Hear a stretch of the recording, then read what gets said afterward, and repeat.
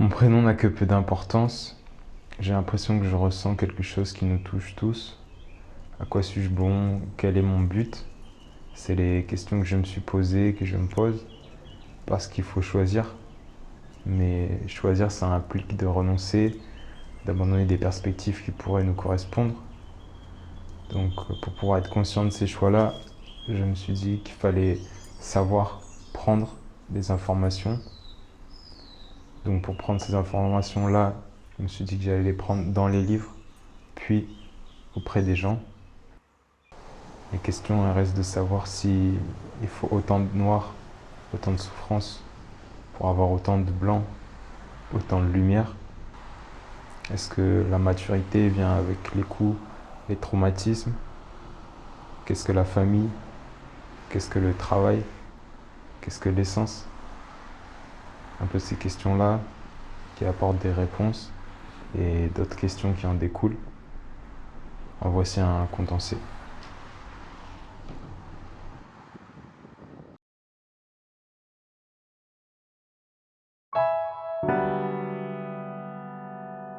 I'm Anna, I'm 19 years old, I'm from Georgia. Je m'appelle Andreas, je suis pasteur de l'église protestante ici en France, dans l'église protestante unie. J'ai 60 ans, tout rond, et comme l'accent le trahit facilement, je suis d'origine allemande. Alors moi je m'appelle Atom et je suis un jeune couvreur et j'étais au lycée, dans un lycée technologique. Je faisais STMG et du coup j'ai fait ça pendant même pas un an, pendant 6 mois et ça me plaisait pas du tout. Alors je m'appelle Elsa et je suis créatrice d'un nouveau projet qui s'appelle Raconte, qui consiste à raconter la vie des gens par le biais du dessin. Donc je réalise des récits de vie, mais en les traduisant de manière visuelle. Je suis Francisco, on s'est rencontrés pendant les maraudes, du coup je suis un maraudeur. Je m'appelle Françoise et je suis professeure des écoles. J'ai 52 ans, 2 enfants et je suis bretonne, je vis à Bordeaux mais je suis bretonne. Je m'appelle Ilona, je suis une terrienne de 21 ans.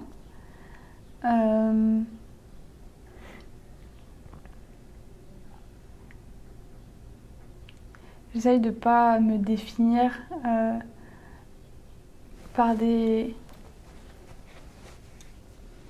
par mon genre, par ce que je fais dans la vie. J'aime bien me réveiller et définir ce que j'ai envie d'être chaque jour. Et ça peut changer d'instant en instant. Alors je suis Julien, je suis étudiant en management de la santé, de la sécurité et de l'environnement. Donc au niveau master, actuellement master 1, donc à Bac+4.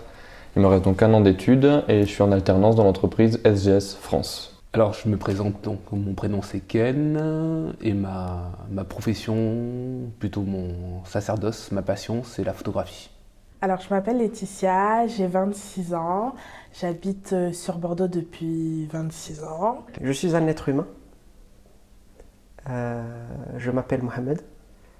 Je suis passionné de philosophie, de mathématiques, de causes sociales et d'impact social. J'ai fait initialement des études en mathématiques approfondies, donc j'ai poursuivi une de mes passions.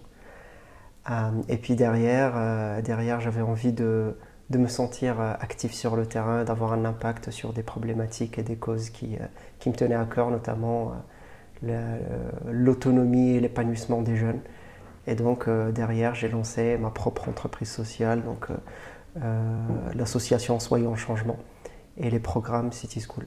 Alors voilà, moi je suis donc Tristan, j'ai 34 ans, déjà ça passe vite. Et on va dire que dans la vie, ce que j'exerce comme métier, donc je suis pompier professionnel. Voilà, donc c'est avant tout une passion, c'est devenu un métier. Moi je m'appelle Victoria, j'ai 26 ans, je viens des États-Unis et actuellement je fais un service civique au Carré de Bègle et je suis aussi professeure d'anglais. Alors je m'appelle Véronique, voilà, j'ai 55 ans et je travaille pour une association qui s'appelle Finance et Pédagogie. Est-ce que c'est ce que je suis? Je ne sais pas, mais en tout cas, ça a beaucoup d'importance pour moi. Bien sûr, la famille, ce sont les parents, les proches, les enfants. Je suis papa de 3 garçons, marié, tout ça c'est famille. Famille, c'est nos origines. Famille, c'est aussi ce qui va au-delà de moi, ce qui me dépasse.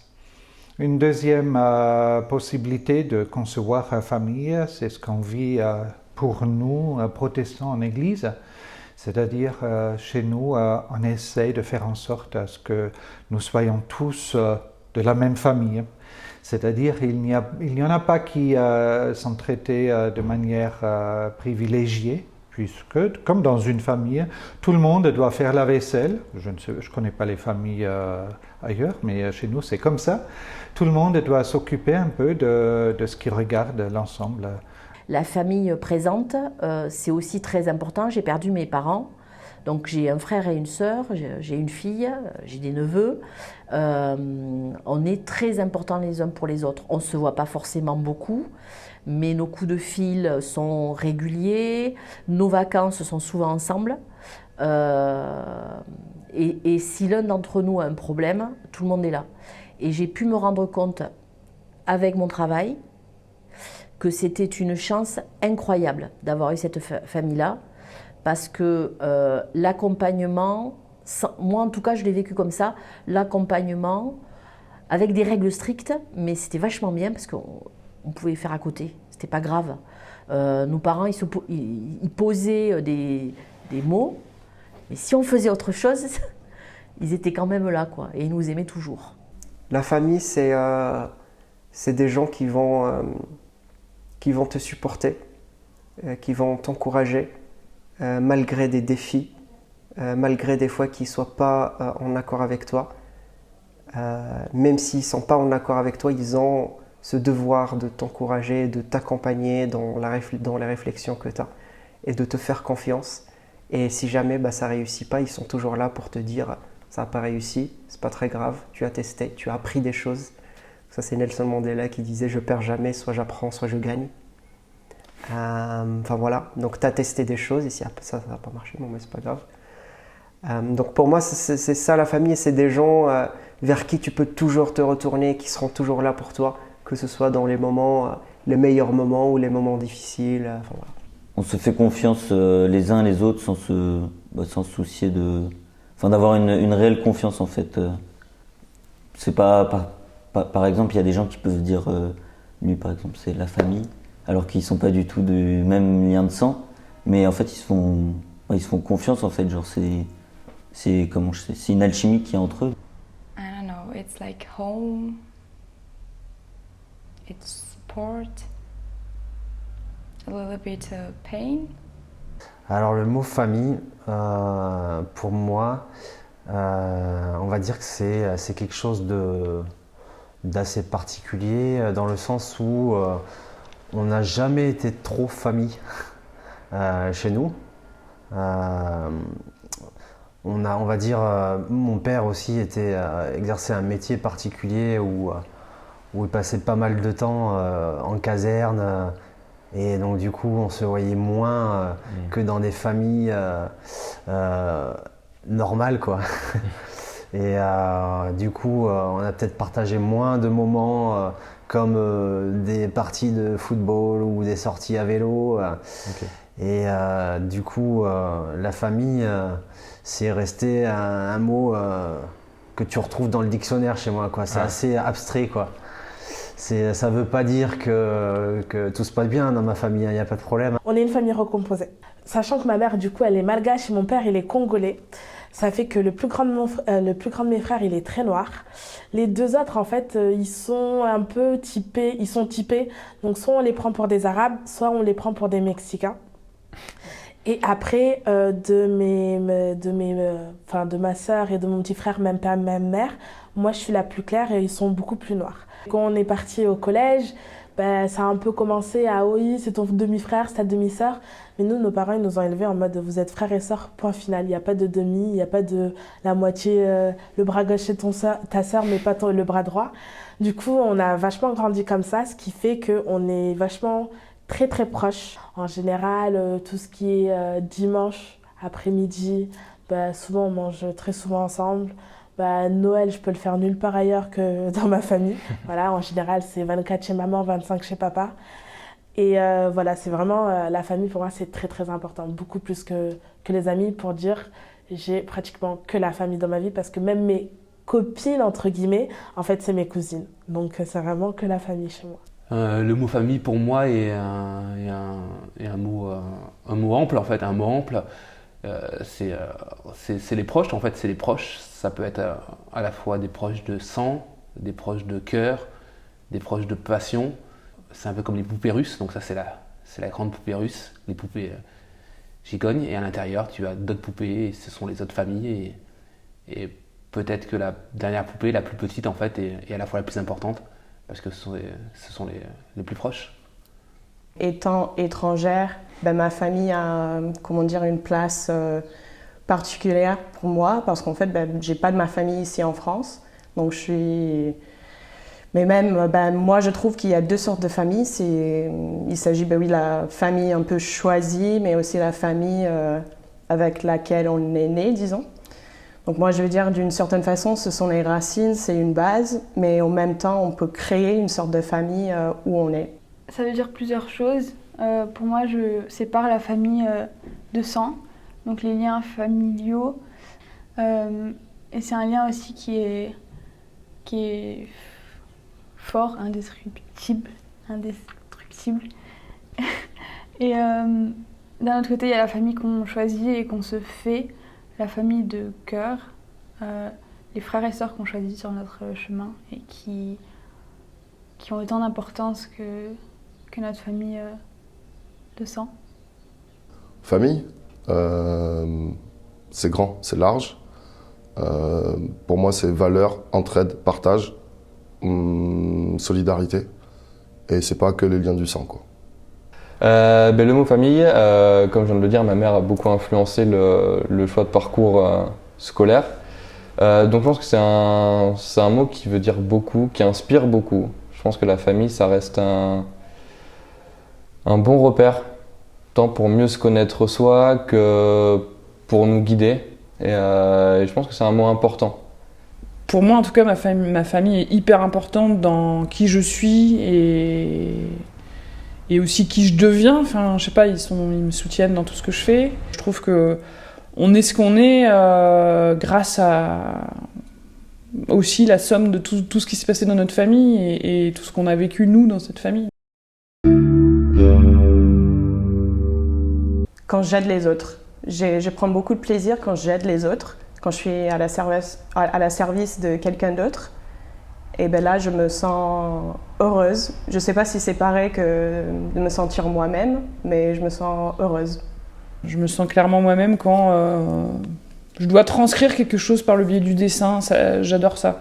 Après, montrer son travail, c'est autre chose, mais c'est plus difficile de se montrer, montrer ce qu'on fait, et se montrer soi.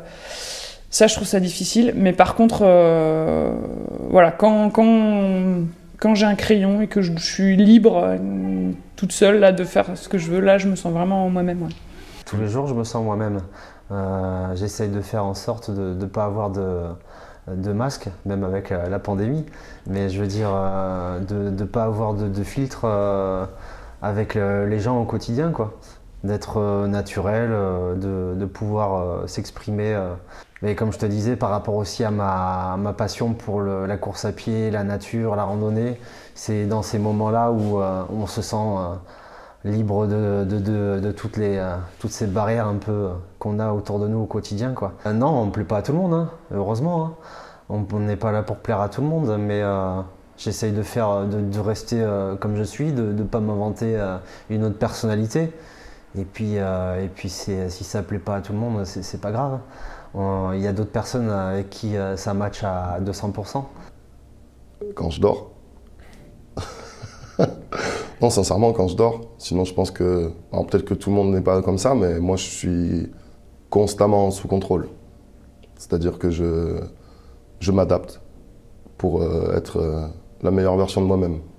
Parce que, on est des caméléons, quoi.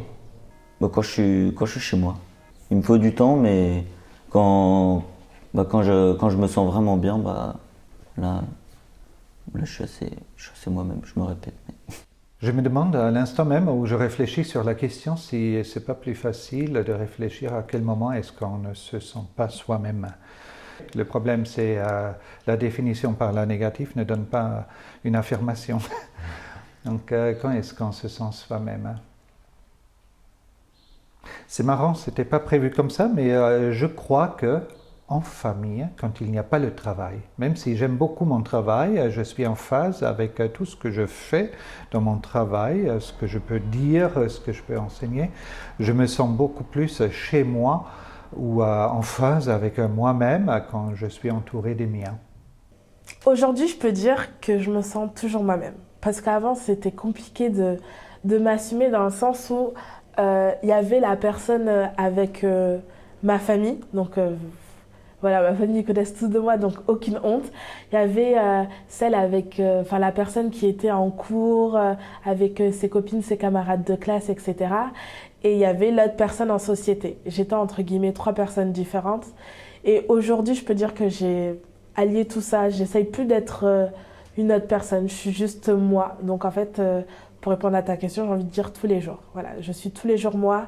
J'essaye d'être le plus droite dans mes baskets, avec mes valeurs, avec mon éducation, ce que mes parents m'ont dit, ce qu'ils m'ont appris, ce que moi j'ai envie de faire, ce que j'aime, etc. Donc j'essaye vraiment de rester moi tout le temps. J'essaye de me sentir moi-même de plus en plus souvent au quotidien, un peu tout le temps. C'est vraiment pas simple.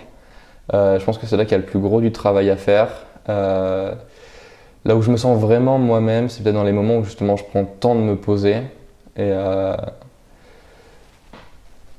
et justement de prendre le temps d'être soi-même. C'est pas encore un réflexe pour moi, mais c'est vraiment cette étape pour faire en sorte que ça le devienne demain, quoi.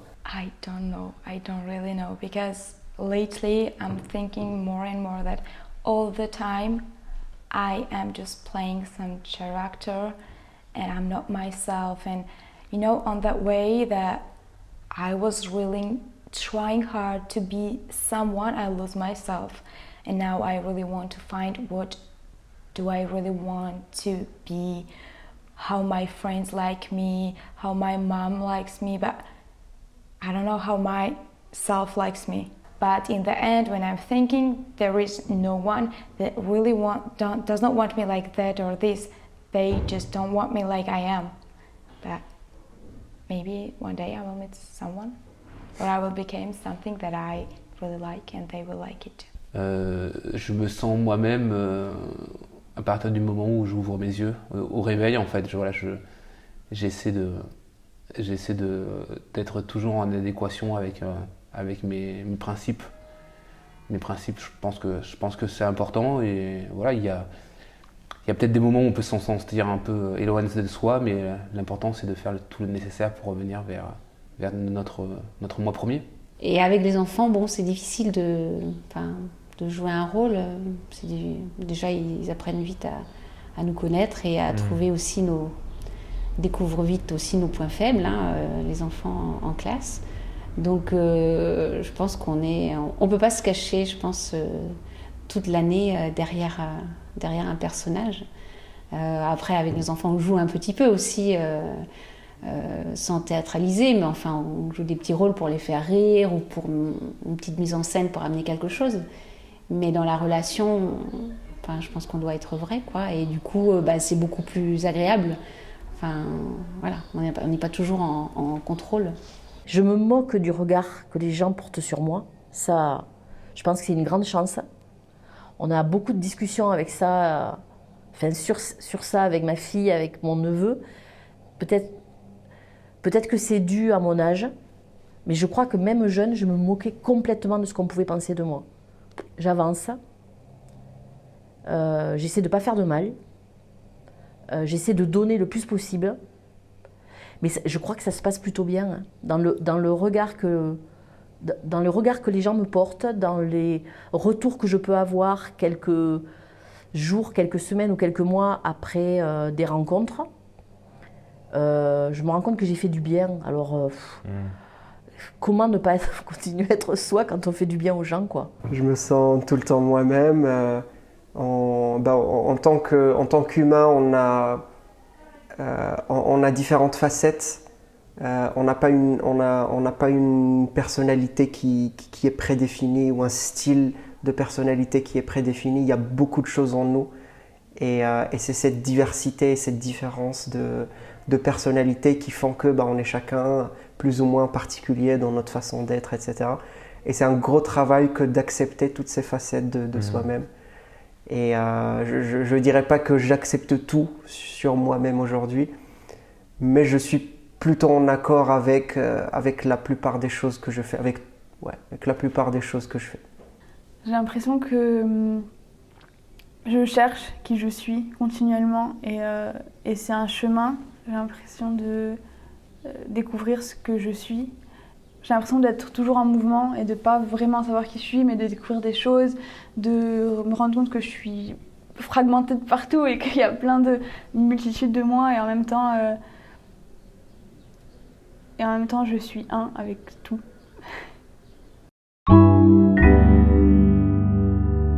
Il y a quelques années, on m'aurait posé la question, j'aurais dit ma famille. Et même si ma famille, elle est très très importante pour moi, elle a, on va dire, la deuxième place, mais le truc, en fait, au final, le plus important pour moi, c'est mon bonheur. Parce que c'est pas possible de faire tout le temps plaisir à sa famille, je l'ai appris, je l'ai compris. Donc même s'ils sont, je les adore, ils sont très mignons, c'est toute ma vie, etc. N'empêche qu'aujourd'hui, je les laisserai plus passer avant ce dont moi, je ne sais plus comment on dit. Bref, je le laisserai plus passer avant mon bonheur. Voilà, vraiment. Même si je ne sais pas encore ce qui fait mon bonheur, je le découvre petit à petit un peu tous les jours.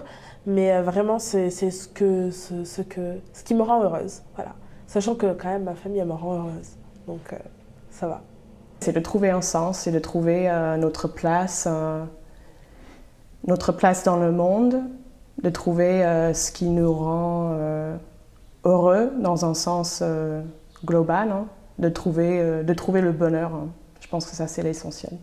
Le partage, les bons moments partagés avec la famille, les amis. Voilà. Le travail est important.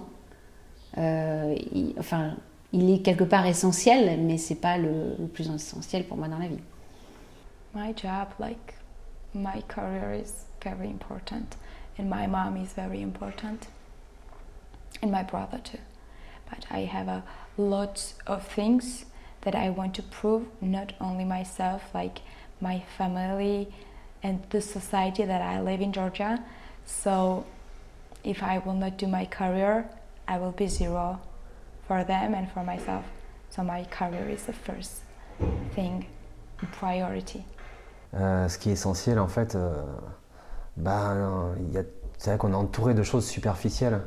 On s'entoure de besoins, moi le premier, hein, on me met un téléphone entre les mains, un smartphone avec des tonnes d'applications, on me parle des réseaux sociaux, toutes ces choses nous entourent et ça nous aide dans la vie de tous les jours, au quotidien. Mais l'essentiel, en fait, c'est toutes ces petites choses, tout tourne à 200% autour de nous.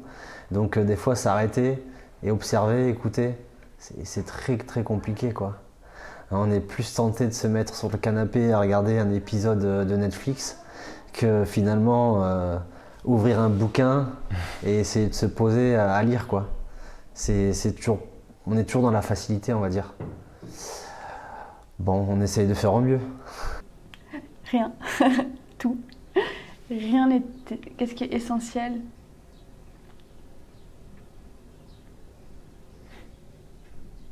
D'être là. De respirer, d'être en vie, C'est essentiel de peut-être de se rendre compte que la seule responsabilité qu'on a vraiment, elle est à l'intérieur de nous et que c'est de l'intérieur qu'on construit ce qu'on veut voir s'afficher sur l'écran extérieur de la réalité. Et qu'on peut pas on peut pas mal faire, en fait, je pense. c'est important de comprendre qu'on ne peut pas se tromper. On peut juger, on peut ne pas être d'accord avec ce qui se passe, on peut résister à ce qui est, mais c'est important de faire confiance à ce qui est. Parce qu'on ne gère pas, mais on expérimente. Voilà. Déjà, je pense que c'est vraiment prendre du plaisir. Parce que, par exemple, il y en a qui vont peut-être se forcer à quelque chose. Par exemple, encore une fois, le travail, par exemple. Puis il y en a, ils vont se dire, bon, bah, par exemple, faut que j'ai un copain ou une copine, je sais pas, il y en a, par exemple, qui vont se forcer aussi à avoir une vie sociale, ou il y en a qui vont se forcer à pas avoir de vie sociale, je sais pas, parce qu'ils au fond d'eux, ils se disent, bon, j'ai pas trop envie, mais en fait, c'est pas ça, alors que déjà, pour moi, déjà, de base, faut kiffer sa vie. Par exemple, il y en a qui vont se dire, bon, bah, moi, j'ai envie de partir, je sais pas, moi, voyager en camion pendant X temps. Et ils vont se dire, bon, bah, est-ce que je peux vraiment le faire? Est-ce que je dois vraiment le faire? Est-ce que après je vais pas être en galère ou quoi? Alors que au fond d'eux, c'est ce qu'ils veulent vraiment, et ils savent qu'avec ça, ils vont être heureux, quoi. Je pense que ce qui est essentiel, c'est d'être heureux, de profiter du coup de chaque moment de la vie, de pas se tuer à la tâche, de faire des choses qu'on aime. Et si on ne fait pas des choses qu'on aime, bah en fait d'arrêter, de chercher, de prendre le temps de trouver les choses qu'on aime et de les faire. D'avoir des amis. En tout cas pour moi c'est très très important. Parce que c'est là où tu tisses des liens qui sont vraiment forts et qui font que derrière, tu vois, t'es heureux en tant que personne. Apprendre à se connaître, apprendre à se comprendre, apprendre à comprendre aussi les autres et les choix qu'ils font. Je pense qu'une fois qu'on arrive véritablement à comprendre, on a fait un pas hyper important vers ce bien-être, entre guillemets, vers ce sens un petit peu qui nous appartient quand on apprend à se comprendre et qui appartient aux autres quand on apprend à comprendre les autres, parce que chacun a son sens un petit peu sur la vie et on n'est pas en droit d'aller les déloger de là où ils sont sous prétexte que nous, on aimerait qu'ils y soient pas. Dans l'idéal, mon idéal, ça serait de pouvoir vivre en permanence en adéquation avec ses idéaux. Donc de pouvoir dire ce qui serait mon idéal et de vivre en conséquence. Je dirais d'être moi, quoi, en fait. C'est-à-dire de pas être pris pour quelqu'un d'autre, quoi. Qu'on sache à quoi s'en tenir avec moi. C'est-à-dire que tout à l'heure, quand je disais, bon, le caméléon, c'est pas non plus totalement se changer et tenir un discours qui serait pas le sien, quoi. C'est plus, voilà, toutes les vérités ne sont pas bonnes à dire. Parce que des fois, blesser les gens, c'est plus important que vraiment exposer sa propre vérité. C'est important pour moi que les gens se disent, bon, c'est un con, c'est un super gars, ce qu'on veut, mais au moins ils savent à quoi s'en tenir, quoi. Ce qui est essentiel au final, c'est de prendre soin des autres et de prendre soin de soi. Je pense que les deux sont nécessaires, les deux sont complémentaires. Et qu'est-ce qui est nécessaire, c'est de prendre soin des plus faibles. Et je pense que c'est ça, et de chercher aussi un sens collectif en fait à notre vie sur Terre. Je pense que ce qui est un peu triste, c'est qu'en fait souvent les humains dans les nations en fait se fédèrent autour d'événements tragiques comme des guerres. Et donc voilà, je pense qu'en fait il faudrait arriver à se fédérer autour de choses plus lumineuses. Donc ce qui est nécessaire avant tout, c'est la vie. À la mort de maman, il y a presque 10 ans, je me suis rendu compte que ce qui était essentiel, effectivement, c'était de pouvoir dire, et peut-être que je m'en étais pas suffisamment rendu compte avant, aux gens qu'on aimait, qu'on les aimait. Bon.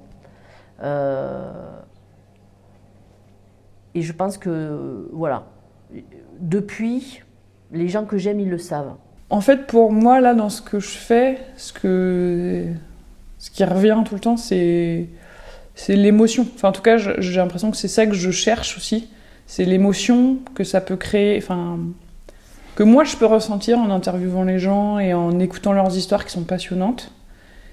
C'est l'émotion que peuvent ressentir les gens à la fois quand ils me racontent ça, et à la fois quand ils reçoivent leur album dessiné avec leur parcours de vie qui est raconté, et l'émotion qu'ils peuvent avoir à la transmettre, cette histoire. Donc finalement, je trouve que le lien, voilà, enfin en tout cas moi, ce qui me pousse dans tout ce que je fais, tu vois, c'est l'émotion. Really dreaming about anything. Everything that I want, I will have because I'm working on it. Et sortir d'une seule vision à quand je fais une action, je la fais en prenant en considération toutes ces choses-là.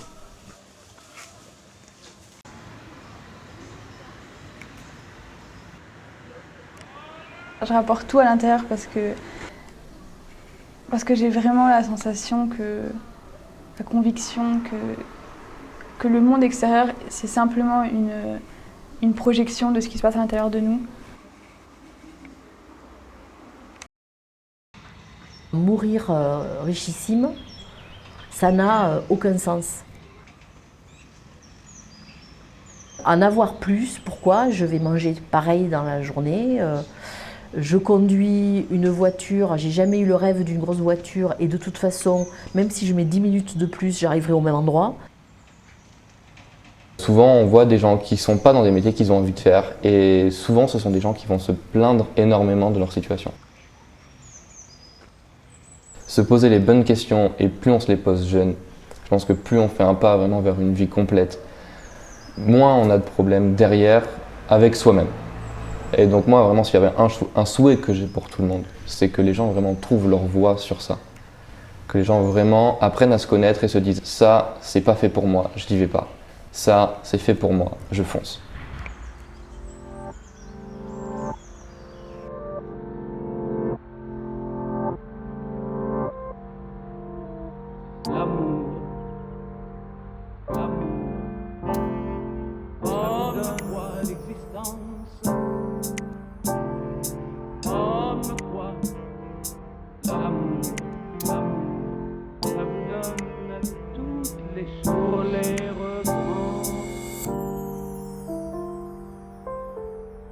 L'amour,